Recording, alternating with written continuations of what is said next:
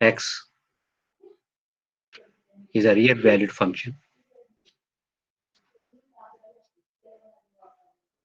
on x whose value at x is denoted by x norm and which has the following properties. Norm उस vector का अगर आप लेंगे तो वो पॉजिटिव होगा। नॉर्म स्पेस के जो एलिमेंट्स है उनको हम वेक्टर्स ही कहेंगे, क्योंकि ये वेक्टर स्पेस पे डिफाइंड है, यानी कि सेट को पहले वेक्टर स्पेस होना चाहिए।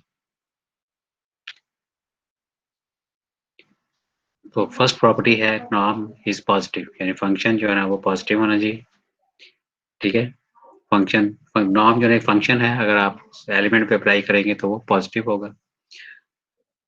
अगर एक्स नॉर्म 0 है तो फिर एक्स जो है ना वो 0 होगा।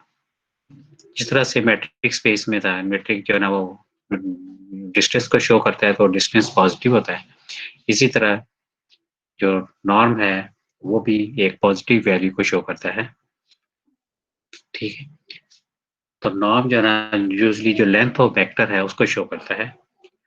और आगे फिर इसकी मजीद जनरलाइजेशन है, जिसमें हम मैट्रिक्स नॉर्म भी निकालते हैं, और नॉर्म की दूसरी एप्लीकेशन भी हैं जो कि डिफरेंट जगहों पे अप्लाई हो रही हैं। सिर्फ नॉर्म लेंथ के लिए नहीं, दूसरी चीजों के लिए भी हम यूज करते हैं।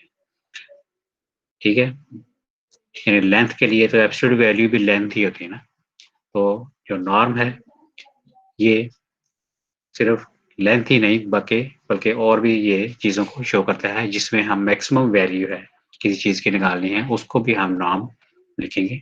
न्यूमेरिकल एनालिसिस में भी आप डिफरेंट टाइप्स के नॉर्म आप डिफाइन करेंगे। ठीक है, मैट्रिक्स का नॉर्म है या दूसरे नॉर्म्स है उसमें आप पढ़ेंगे।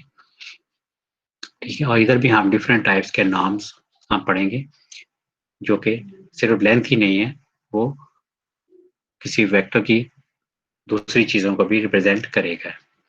ठीक है, इसलिए हमने एब्सोल्यूट वैल्यू को नहीं हमने कहा, और यहाँ पे हम एक नया फंक्शन जो लेके आए वो है नॉर्म।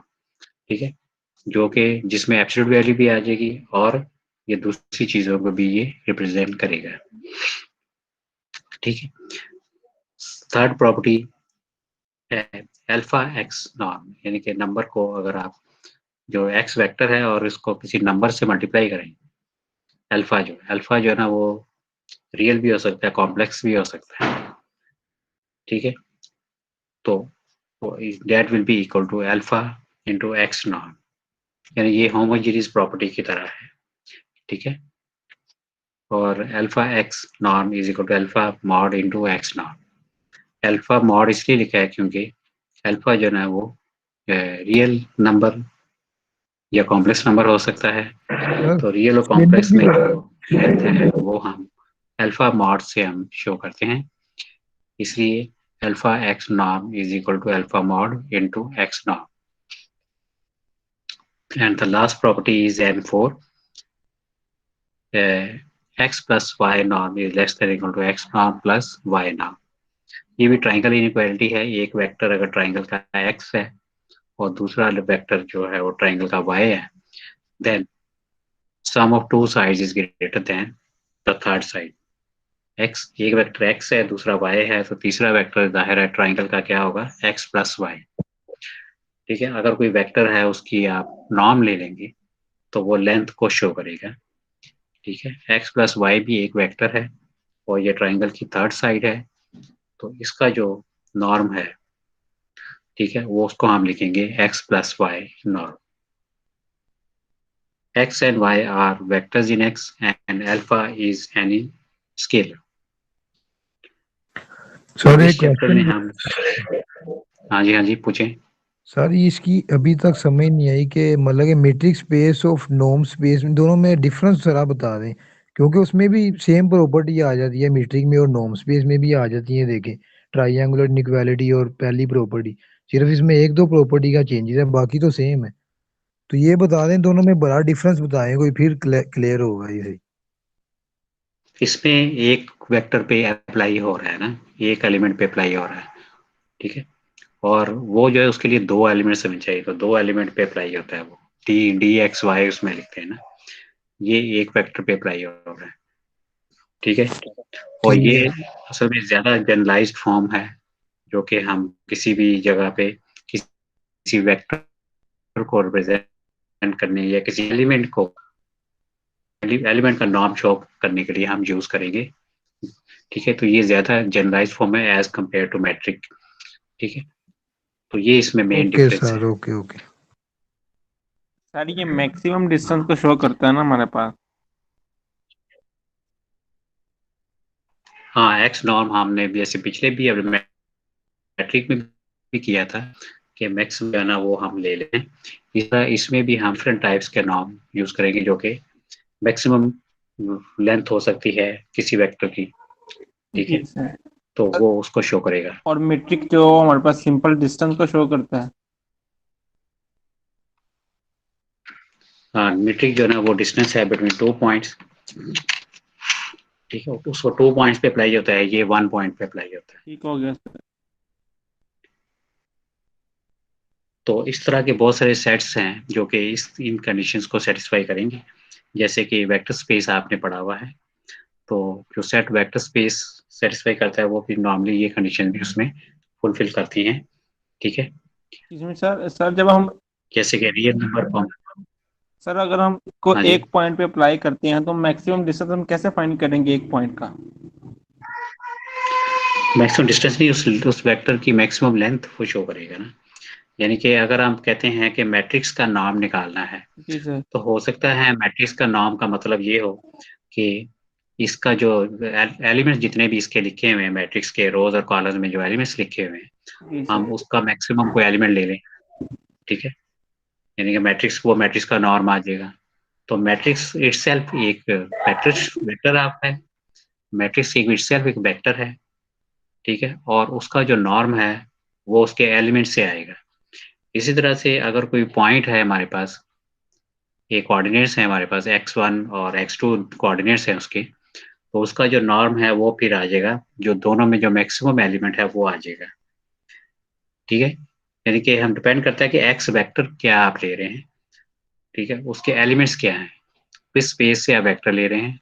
ठीक है, आप देखें जैसे एक सेट है आपके पास, उसमें एलिमेंट्स 1 2 3 10 है, तो उसका जो नॉर्म है फिर अगर आपने मैक्सिमम लेना है नंबर, ठीक है, तो सेट का जो नॉर्म है वो तो 10 आ जाएगा। ठीक है, 10 तक अगर सेट है।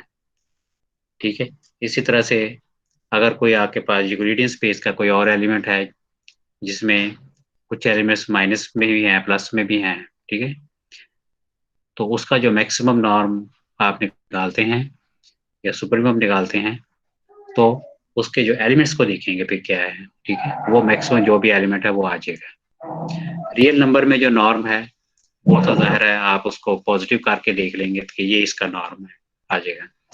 ठीक है, यानी रियल नंबर में अगर आपने नॉर्म निकालना है तो उसकी एब्सोल्यूट वैल्यू ही होती है। ठीक है, कॉम्प्लेक्स नंबर में भी अगर आपने नॉर्म निकालना है तो वो भी उसकी एब्सोल्यूट वैल्यू है। ठीक है, कॉम्प्लेक्स नंबर में जो एब्सोल्यूट वैल्यू है वो क्या शो करता है।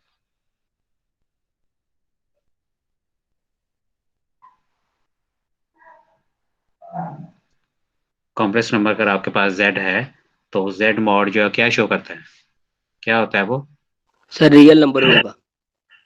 वो एक रियल नंबर ही आएगा। और z मॉड का मतलब ये होता है कि लेंथ ऑफ कॉम्प्लेक्स नंबर है ना वो, और लेंथ ऑफ कॉम्प्लेक्स नंबर वो ओरिजिन से स्टार्ट होता है। जी सर। ठीक है, तो ये नॉर्म्स नॉर्म यानी इसको शो करेगा ना अगर आप, ठीक है, z नॉर्म आप लिखते हैं तो इसका मतलब है कि वो z मॉडुलस के इक्वल है और वो उसकी लेंथ को शो करेगा।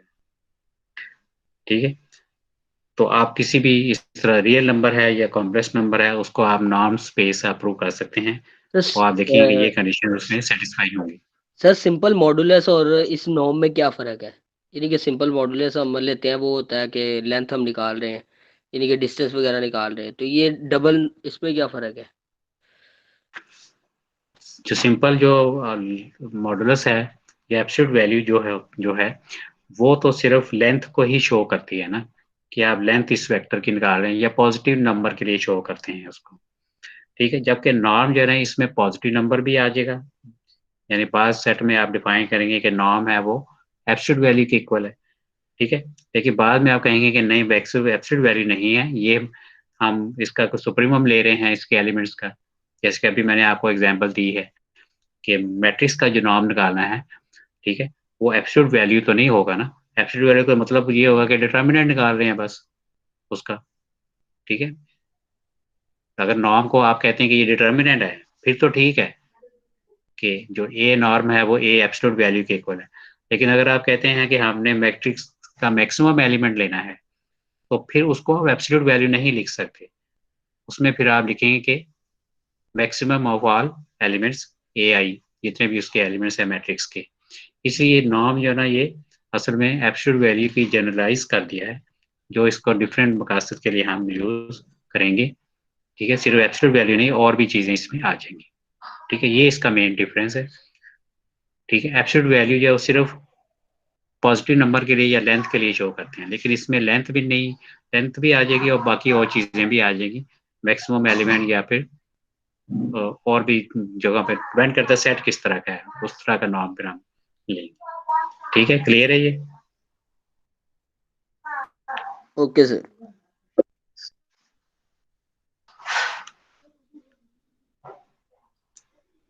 अच्छा, आप नॉन स्पेस पढ़ रहे हैं तो जाहिर है उसकी कंप्लीटनेस भी आएगी। जैसे कि हमने मैट्रिक स्पेस पढ़ा था, तो उसको हमने फिर कंप्लीट मैट्रिक स्पेस भी पढ़ा था, उसका वो टॉपिक पढ़ा था, तो उसको हमने प्रूव किया था कि ये कंप्लीट मैट्रिक स्पेसिस कौन कौन सी हैं, ठीक है। इसी तरह से अगर नॉर्म स्पेस है तो जाहिर है हम ये भी देखेंगे कि कंप्लीट नॉर्म स्पेस कौन सी है।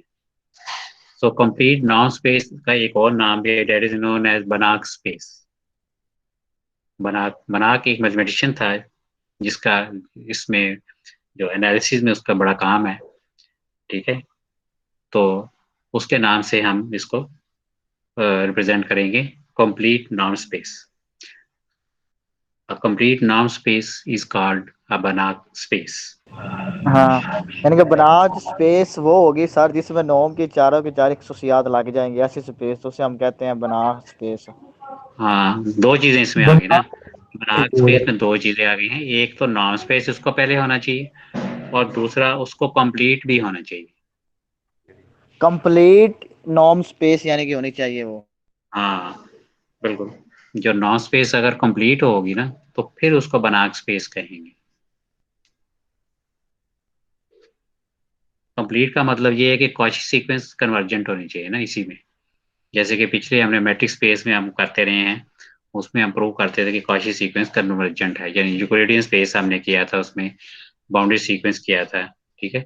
और दूसरा जो सेट है कंटिन्यूस फंक्शन का सेट है, एलपी स्पेस किया था, ठीक है। तो वो स्पेसिस इसमें भी कंप्लीट होंगी, और वो बनाक स्पेसिस है, ये आगे नीचे लिखा हुआ है।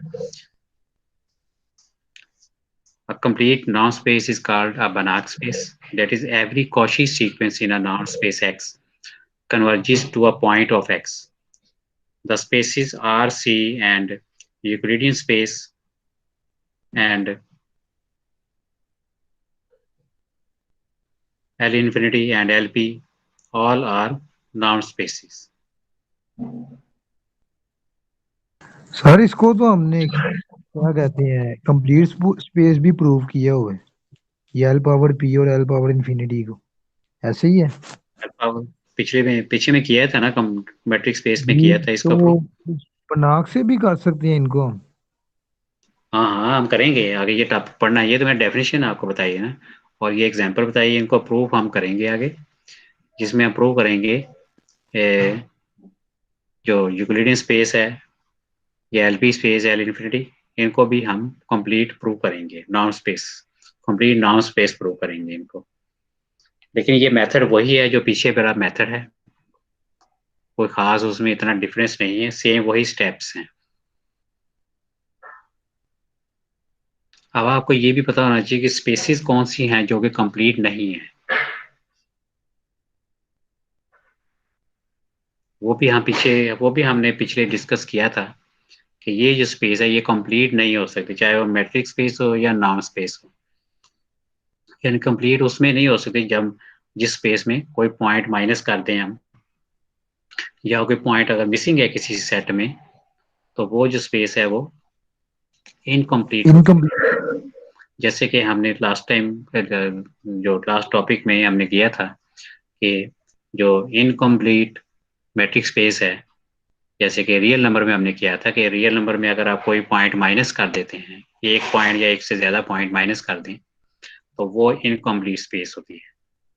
ठीक है, क्योंकि हो सकता है जिस पॉइंट को माइनस किया है उस पॉइंट पे जो कॉची सीक्वेंस है वो कन्वर्जेंट हो, इसलिए कोई भी पॉइंट आप माइनस उसमें नहीं कर सकते, तो इसलिए वो फिर इनकम्प्लीट स्पेसिस है।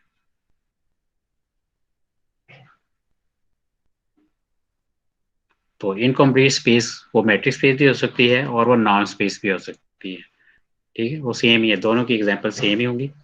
और क्यू आपको पता है, क्यू जो सेट ऑफ रैशनल नंबर्स है, ये इनकम्प्लीट स्पेस है, यानी रैशनल में कोई सीक्वेंस अगर आप लेते हैं तो वो हो सकता है कि वो उस सेट में कन्वर्जेंट ना हो, यानी उसका जो आंसर है वो इरेशनल आ जाए, उसकी लिमिट जो,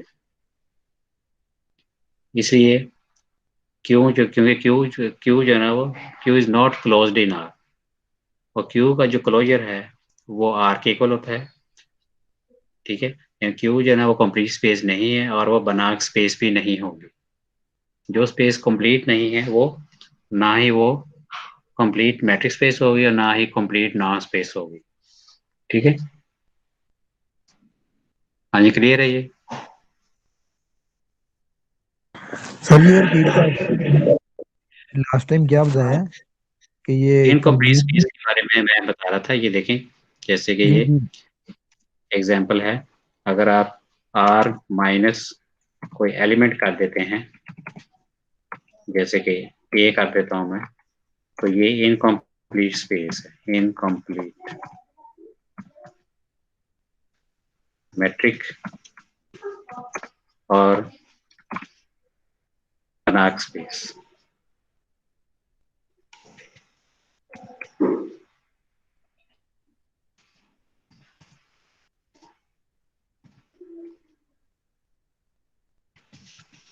ठीक हो गया?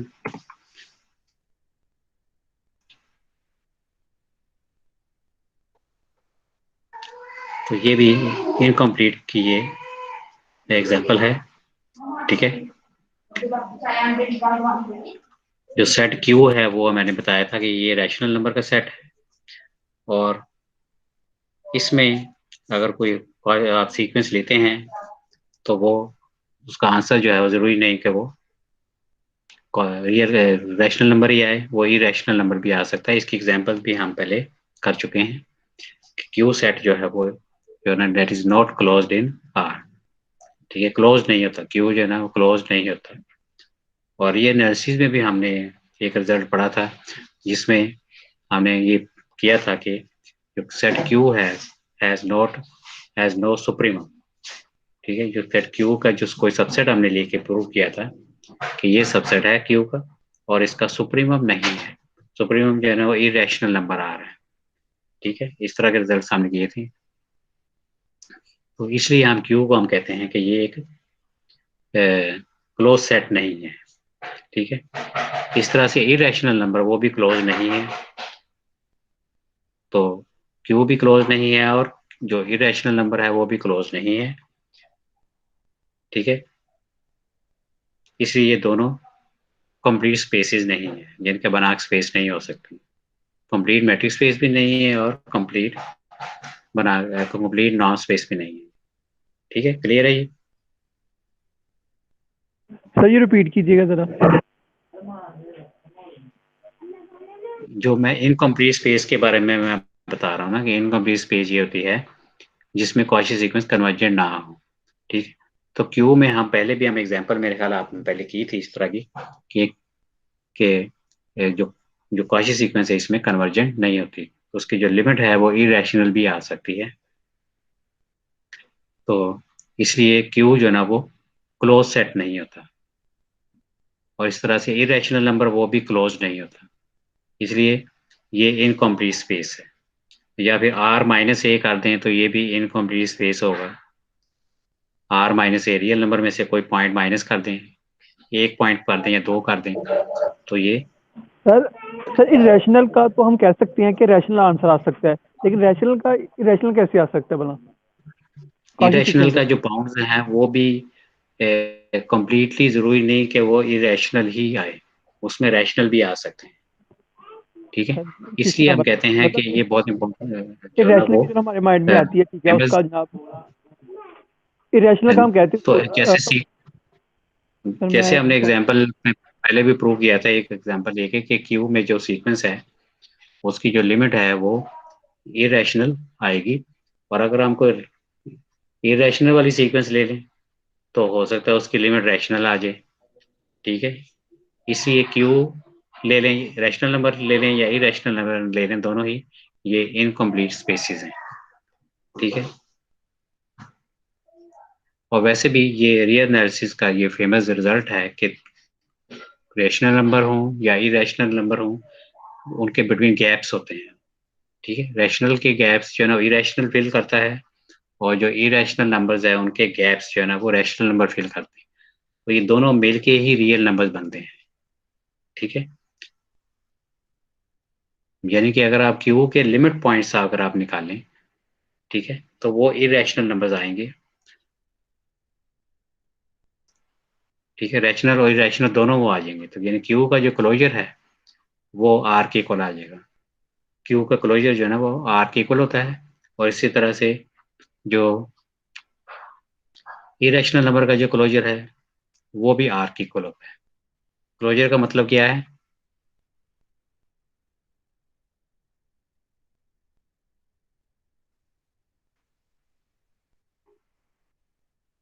क्लोजर क्लोजर ये होता है कि जो सेट के जो लिमिट पॉइंट्स हैं वो भी हम ऐड कर देते हैं सेट में, यानी क्यू के एलिमेंट्स तो हैं ही आपके पास, अगर उसके लिमिट पॉइंट्स भी साथ उसके लिख दें तो वो क्यू क्लोजर बन जाएगा, और क्यू क्लोजर जो है ना वो आर के इक्वल होता है।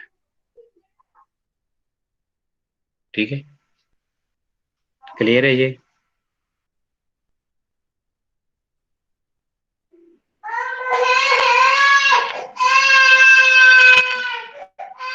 सर ये जो हमने लिखा है रियल माइनस जीरो, ये इनकम्प्लीट क्यों है?